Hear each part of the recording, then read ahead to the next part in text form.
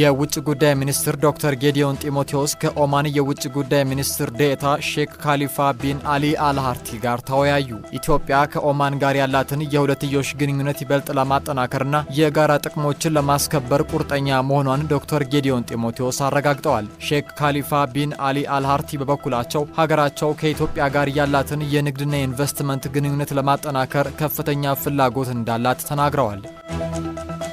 የኢትዮጵያ ብሔራዊ ምርጫ ቦርድ ዲጂታል የመራጮችና እጩዎች ምዝገባ ስርዓትን አስጀመረ። የቦርዱ ሰብሳቢ ሜላተወርቅ ኃይሉ እንዳሉት ዲጂታል የመራጮችና እጩዎች ምዝገባ ስርዓቱን ወደ ስራ ለማስገባት 1 ዓመት ከ6 ወር በላይ ጊዜ ፈጅቷል። በዲጂታል የምዝገባ ስርዓቱ መራጮች ምርጫዬ በተሰኘ የስልክ መተግበሪያ በድረገጽና በምርጫ ጣቢያዎች በመገኘት በታብሌት መመዝገብ እንደሚችሉ ጠቁመዋል። የዲጂታል ምዝገባ ስርዓቱ ለአካል ጉዳተኞች እንዲመች ተደርጎ መዘጋጀቱንም አመልክተዋል።